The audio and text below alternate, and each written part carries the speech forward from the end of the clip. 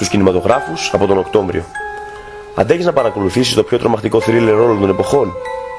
Τα μηνύματα ήταν ατέλειωτα. Καθημερινά το έβλεπε να πλησιάζει. Αυτός γύριζε το κεφάλι από την άλλη πλευρά, ποτέ δεν πίστευε στο ένστικτό του. Πάντα ήξερε ότι κάθε φορά που είχε ένστικτο στο ψάρεμα δεν έπιανε ούτε γαλότσα. Έτσι αποφάσισε να μην προστατέψει τον εαυτό του.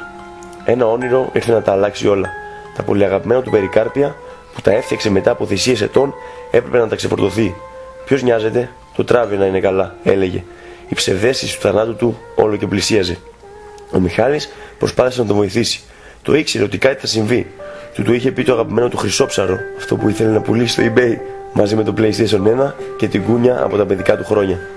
Πήρε το αυτοκίνητο από το σπίτι του και προσπάθησε να φτάσει όσο το δυνατόν γρηγορότερα στο σπίτι του Χρήστου. Η ώρα ήταν 6 το απόγευμα.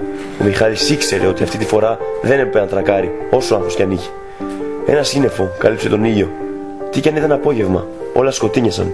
Ο Μιχάλης καρφώθηκε σε μια ελιά έξω από το σπίτι του Κώστα, λίγα μέτρα μακριά από το σπίτι του Χρήστου.